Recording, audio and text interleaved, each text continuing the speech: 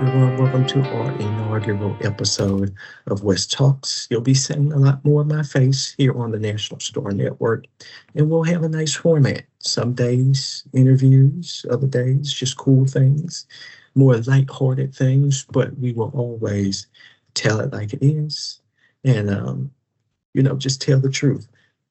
On upcoming episodes, because this is just the first season, and this will be on our network slate here.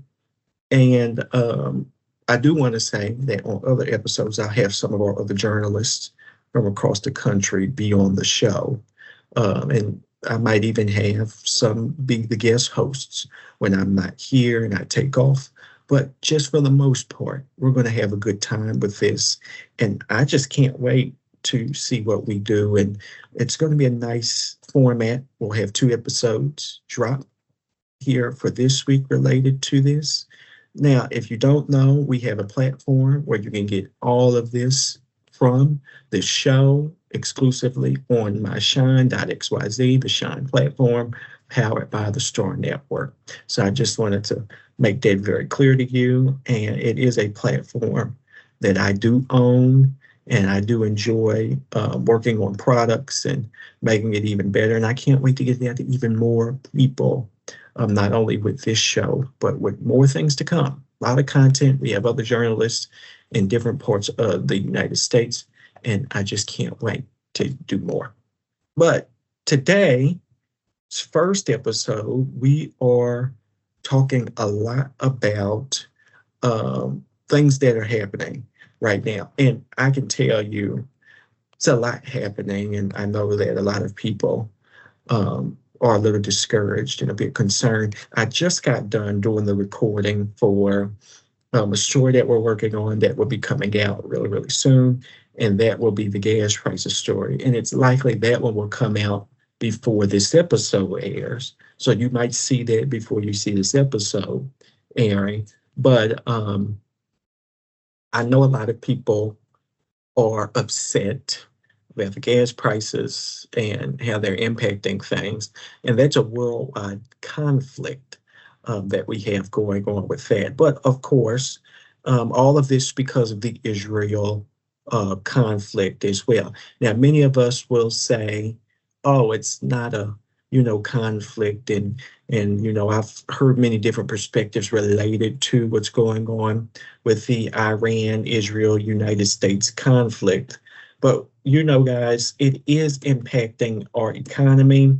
It's hurting our economy as well. So these are things that we have to be very weary of here. And I do just want to make it very clear that it's impacting everybody.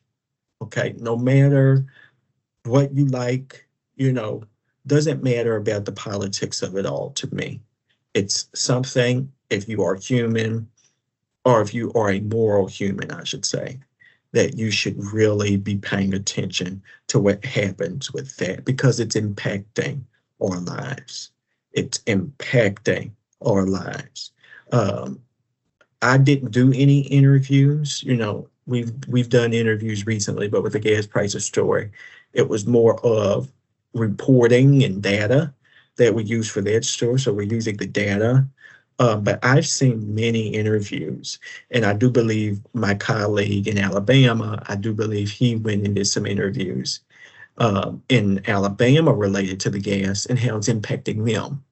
And I mean, the gas is $4 and some cents there a gallon. That is really outrageous for the time of the year that we're in. And all of this because of what, right? I really question some things that happen here. And many people can tell you that my perspectives on some of these things, I really don't like to get involved with it. But when you think about what's happening just to this country, you get concerned, you get fearful about the future. What could happen? What is to happen? But then I think about it like this. We don't know the future, okay? Um, we just don't know it.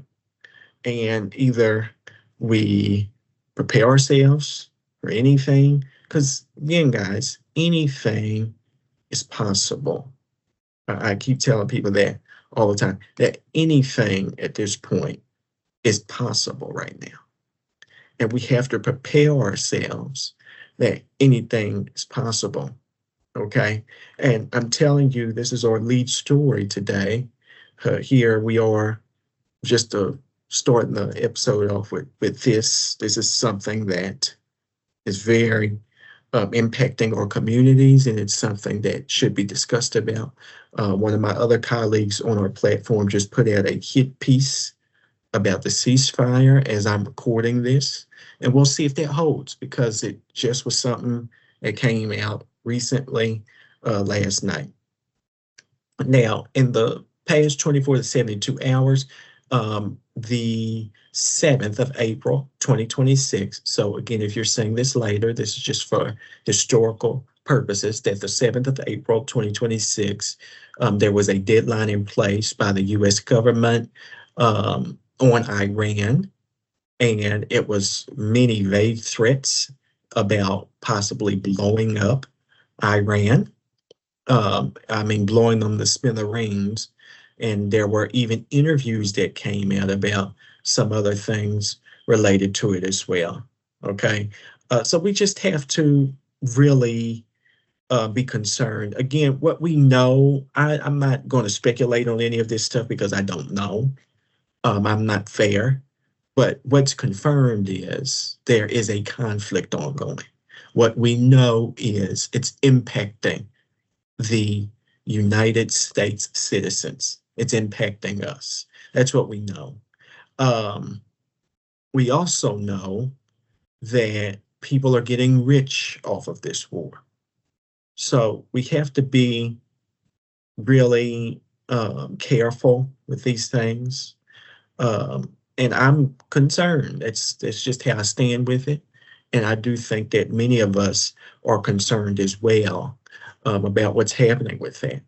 And I do think that that's just how it is. So, what actually matters is that we stick together and that we're here for each other and you protect and you love your neighbors. Um, that's what really matters to me. All right.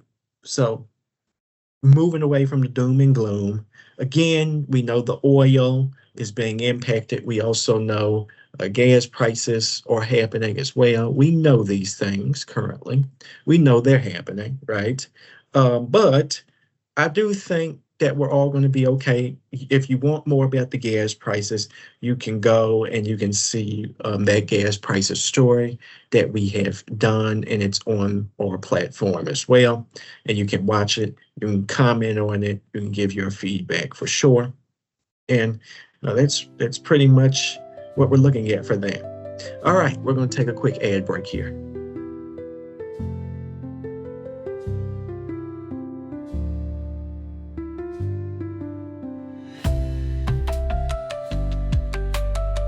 All right, welcome back. What a wonderful break we had. Now, we're going to move on to something else. We are a media company, so of course, I like paying attention to the media news that is happening. And there's a lot of media news happening, specifically in the Indianapolis market, where recently Circle City Broadcasting has taken over a third television station in the market. I believe WRTV it was, and Wish 8. They already own them. They bought them from Nexstar a few years ago when Nexstar took over the Tribune stations of Fox 59, WXIN, and CBS 4 television. So again, this is consolidation happening within that market. Now, many of the users and many of the people in the Indianapolis market did not appreciate that, and they don't like how WRTV is handling things. And it doesn't really help when the owner gives off this very bad response by claiming why he fired most of the previous workforce, only kept a few of them, I believe, maybe one or two thus far that had been confirmed. But why he fired most of the previous people, um, by saying it's healthier for local news. Okay, if it's healthier for local news, then why are we firing and continuing to downsize that market? Digital might be the future, like me and you are here right now on digital. But just because it's the future does not mean that we ostracize and we purposely delete a bunch of hardworking people, which help competition in local news and help tell more stories from different perspectives. WRTV, that newsroom, could have continued to tell different stories than what Circle City, the new owner, wanted them to do. And just because you own a newsroom, was Wish performing better than WRTV? Why consolidate them? Why are we consolidating anything in the industry is my question. That's a very big question too. Why do we continue the consolidation?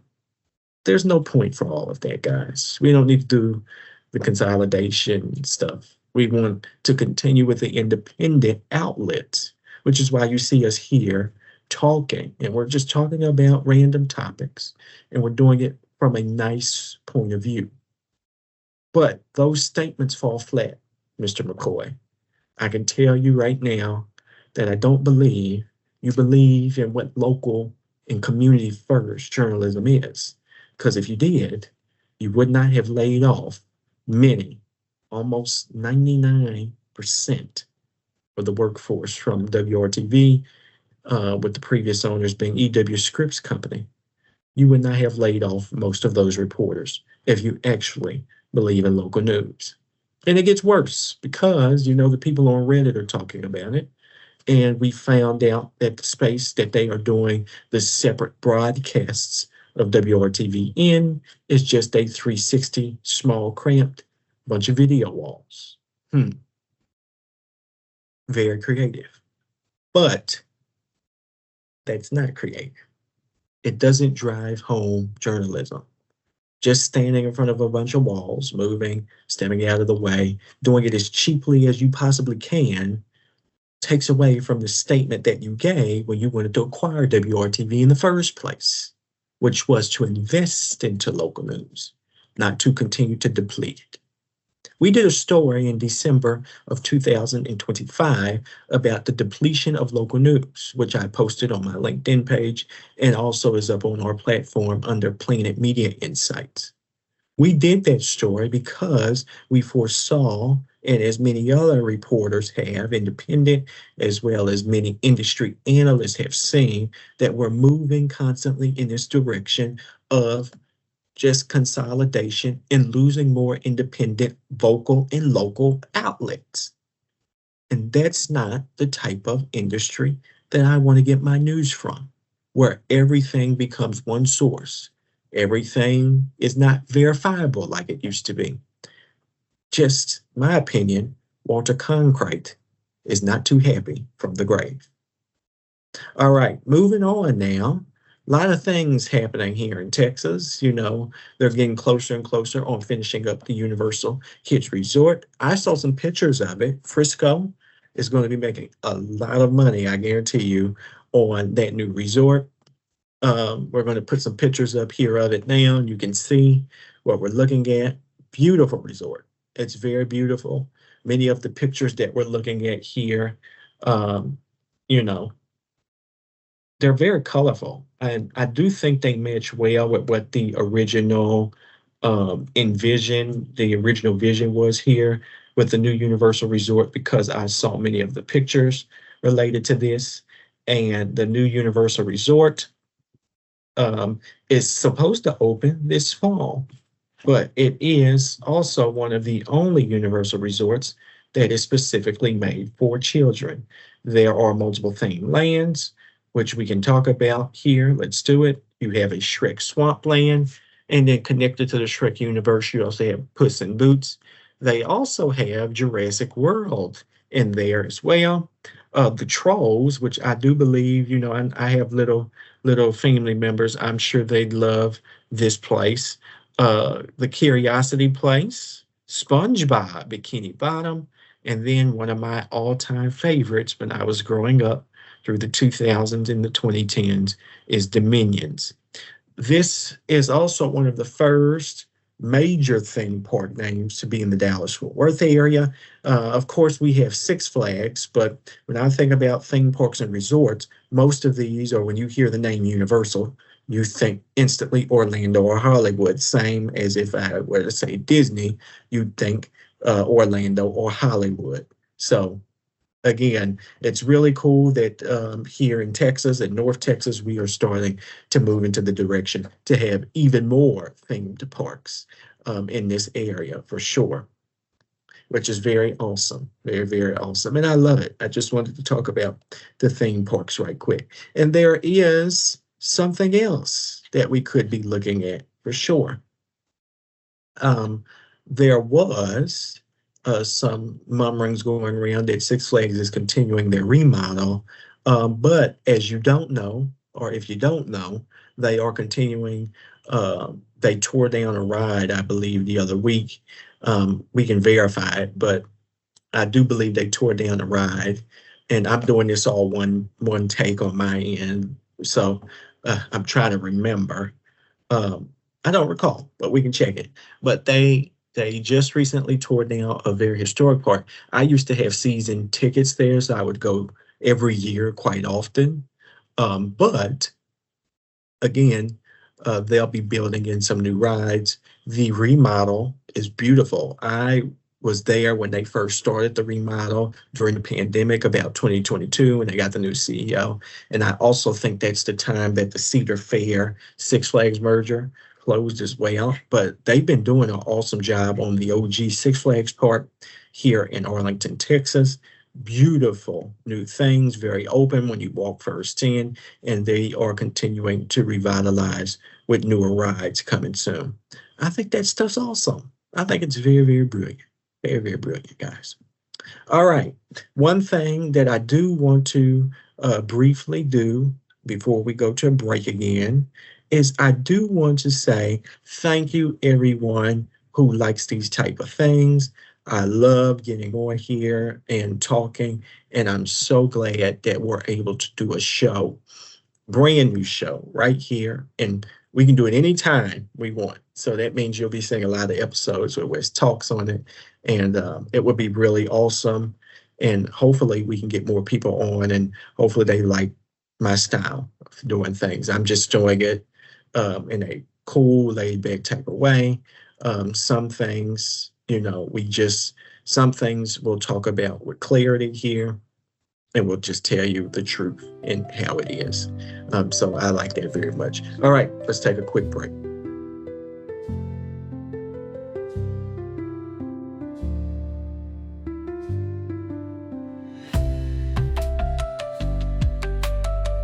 All right, welcome back. And this next part is very important because this is the title of episode number 1, how we can change things together. And that's why this episode will be called The Impact of Us. This is going to be our main topic for today, and I'm going to give my thoughts. Now, I have learned very, very well. I'm a very young person, but I've learned in my time on this earth that if you really do want some change done, sometimes you do have to step up and be the change that you want to see. But again, sometimes even when you do that, the more things remain. But I always seem to think this way, guys. And the way that I think is if you have the brave, courage, if you have the bravery, the courage, if you have the utmost imagination for these things, and not go too crazy with the imagination, but I feel like you can become your greatest weapon. You want to see these changes, no matter what it is. It could be anything, in school, in your home, at work, whatever. Sometimes you have to remember that you need to step up and you need to be the change that you want to be. But also, You have to stay grounded in reality. And you have to remember that when you stay grounded in reality, you're right here. You're on earth. You're down to earth. You know what's happening. You're not here in space like I am right now, my background. But what you are doing is you're laying those seeds and that groundwork for that change that you've been asking for this whole time. I like to think of it that way. But then I also think about the old quote my grandparents always used to say, and that is the more things change, the more they remain the same. And how much more of the same do you want to remain? All of these many things that we use our voices for, and we still see no change. And whatever it is that we're putting our mind to, what can we do to be that change? Well, here's the solution for you. Just my thoughts and my opinion. And that is, if we rally together and we put all these differences aside, we can be way more powerful as one constellation than we can be as one star that's been in the sky for billions and billions of galaxies on our own. Constellations are important because they teach us a lesson that even in the night sky and in nature, we need to be tight knit. Just like how trees do photosynthesis, it's a ever-changing process. Just like how clouds drop rain into the waters and the bodies of waters that we have. It's a constant cycle that we know of as the water cycle. As the water evaporates, goes to create the clouds, and the rain falls, it's all a tight-knit connection. And if we can get that tight-knit connection, I believe we can be way more impactful and bring about a lot of change that we really, really, really, really want. And that is how you actually impact the community. That is how you start planting seeds for a beautiful future society. No matter what it is, I'm speaking vaguely here, but I do want to encourage you, wonderful people, to be the change you want to be and start speaking up when needed.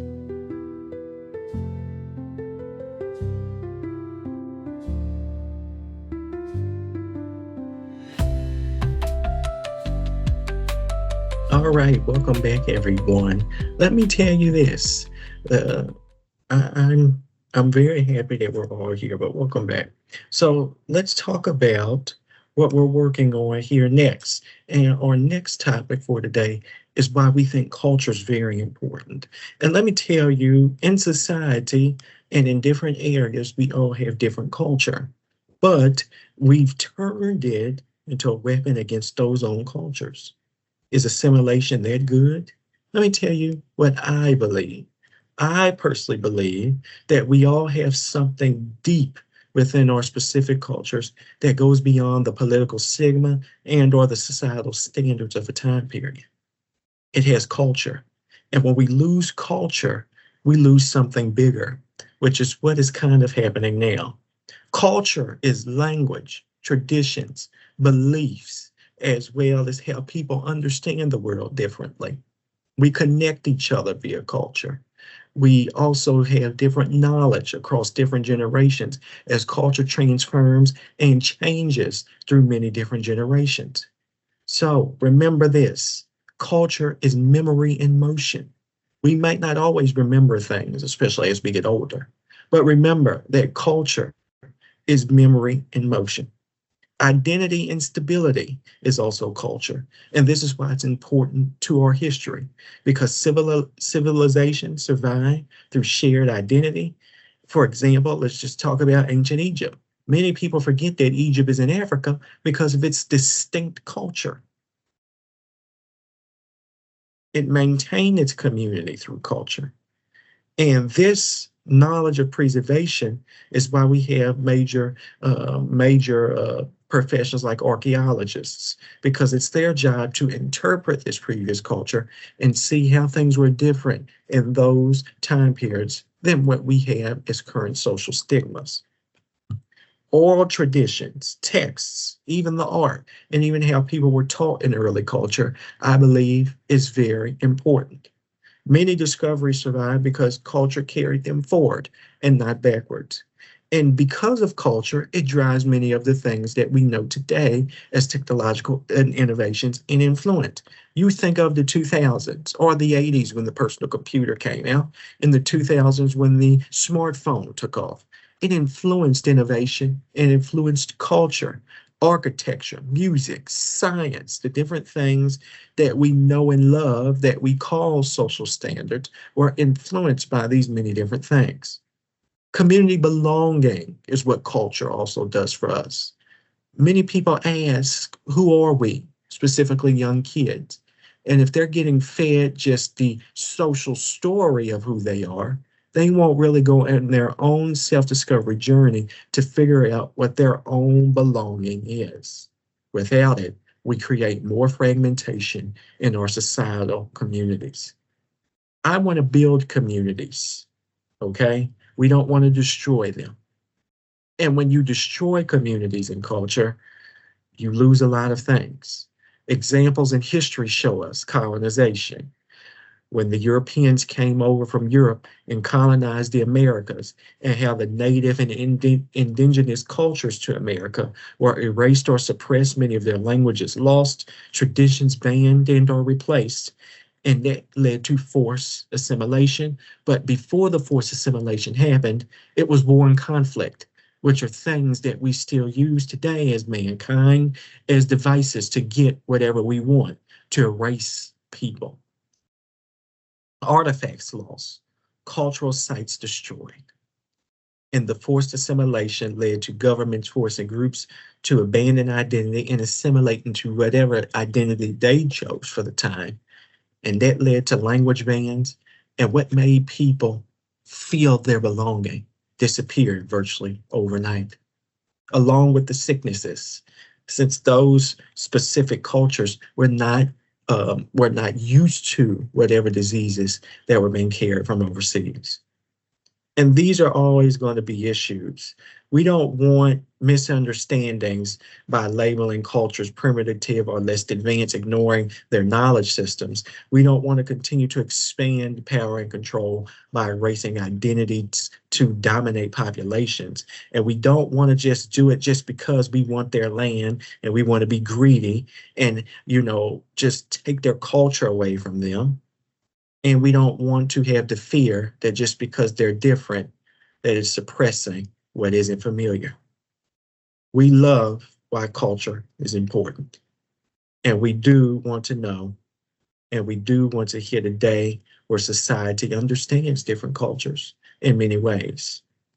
I'll close with this.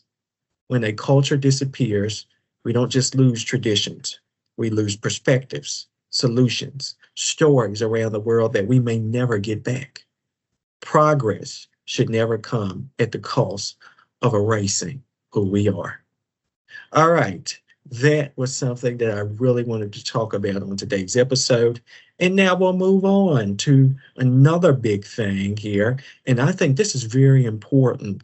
Recently, and one of my colleagues talked about this too, so stay on the lookout for that story from our Boston newsroom coming up soon. But it's also been impacted here in Texas, and I've seen some stories come across my desk of other areas across the lower 48 where we're having a mental health a problem with police departments.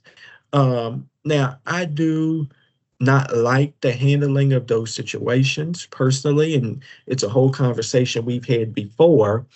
I feel like multiple times that police departments do not have proper handling and training on what to do when it comes to people having mental health emergencies.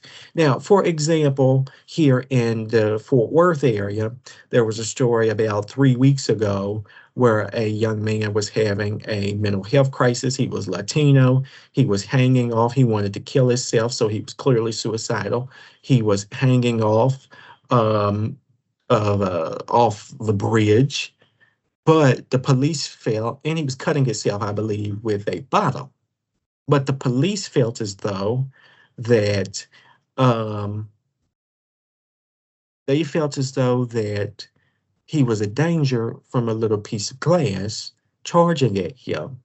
And, I think about it like this as a person, if I have a gun and someone's charging at me, there's other places I could have shot that person rather than in the chest or in the head. Like, I don't want to shoot to kill them if I clearly know, and you can't tell me that the officers don't know these people are suffering from mental health issues. You can't tell me they don't know. The dude's hanging off a bridge suicidally. So something is clearly wrong with him mentally. So you handle the situation by pulling a gun out. There's no proper thought process in there, in my opinion. Maybe the police departments feel as though to save the money, instead of getting the people the help they need, just kill them instead. But what's the point? People aren't saving money if they have to bury their family member and or friend. They're spending money. I feel like our departments need to do better when it comes down to the mental health crisis. Instead of giving people more and more of social media, getting people into these type of situations where they feel as though no one wants to talk with them, and the only way to end it all is to end it all. And then when the police wants to pull a gun out, and we live in this day and time now where they can just pull the stick of "I'm in fear of my life," it makes you question some things. Because why is it always you're in fear of your life when clearly this mental ill person, whoever it may be, clearly is in a dangerous situation with themselves? So why not help them? That's right.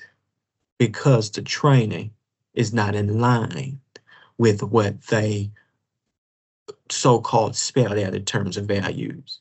They are to protect and to serve communities, not to destroy. If a person is suffering from mental health issues, they need to get help. And a gun with 2 bullets in the chest and death is not a way to do it.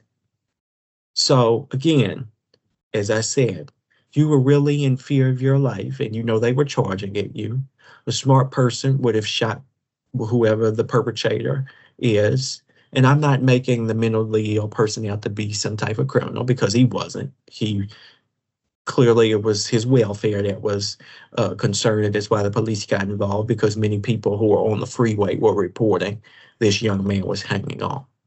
And stay tuned to Cole Albert. He'll talk more about what's going on in New Hampshire and in Massachusetts related to this topic. But I just wanted to kind of just lay it out a little bit here on my thoughts on it, since it did happen close to home, down the street from me, literally. So I do think that we have to do better with our police department. And I would love to see what type of training they so-called have for those type of situations, because they don't. I mean, I haven't seen anything, because many of the situations that we've had recently, and like I said, the network will be covering this out of Star Boston, is that the police officers, they just don't care. That's what I see better. But anyways, that was that specific topic. And I want to tease you here on our final topic of this episode. I want to tease you of what my next story is, and you'll probably see it. I'm not sure in between episode 1 and 2 here of season 1 of West Talks, but you'll probably see what we're working on for sustainability and climate change. It's going to be a great story. I have our colleague Chris Meyer helping us out with that one behind the scenes. And I'm really into the sustainability stuff. I like looking at the prototype cities that they're doing overseas, like, for example, in China, in the Middle East, also in other areas, like Singapore, I believe. I watched a documentary about the one in Singapore the other day. I don't remember the specific name of the city, but it was one of the first ones built. I really like listening to what they think the future of sustainability is, especially because of climate change.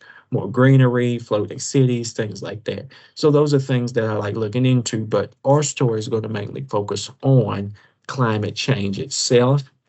Have we made progress? Have we not made progress? Are we backtracking? And what can we do better to make our world harmonious with ourselves? That's specifically what that story is going to focus on. And I can't wait for you guys to see it. So, again, we got the climate change story coming up really, really soon. And I really can't wait for you all to see it. All right, we're going to take the final break of this episode.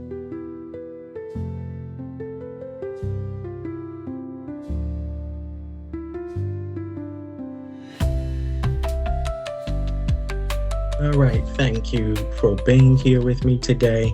This was an awesome first start to this new season and this new wonderful show. And I can't wait to be here for many more seasons. And hopefully we expand this. This is a national thing. We talked about national stuff today, topics. We just kind of rolled with it today. And I really can't wait to see what more that we do. The next episode is going to be great as well. And then we're going to have some interviews coming up later on in the season, and we're going to have some awesome episodes ahead of us. Remember, everyone, be the change you want to see. That is the impact of us, season 1, episode 1. Thank you for watching West Talks. I'm Wesley Alexander, Angel Star, owner, CEO, and founder of Wesley Cleaner Star, which owns this network. Thank you very much. We'll see you guys later.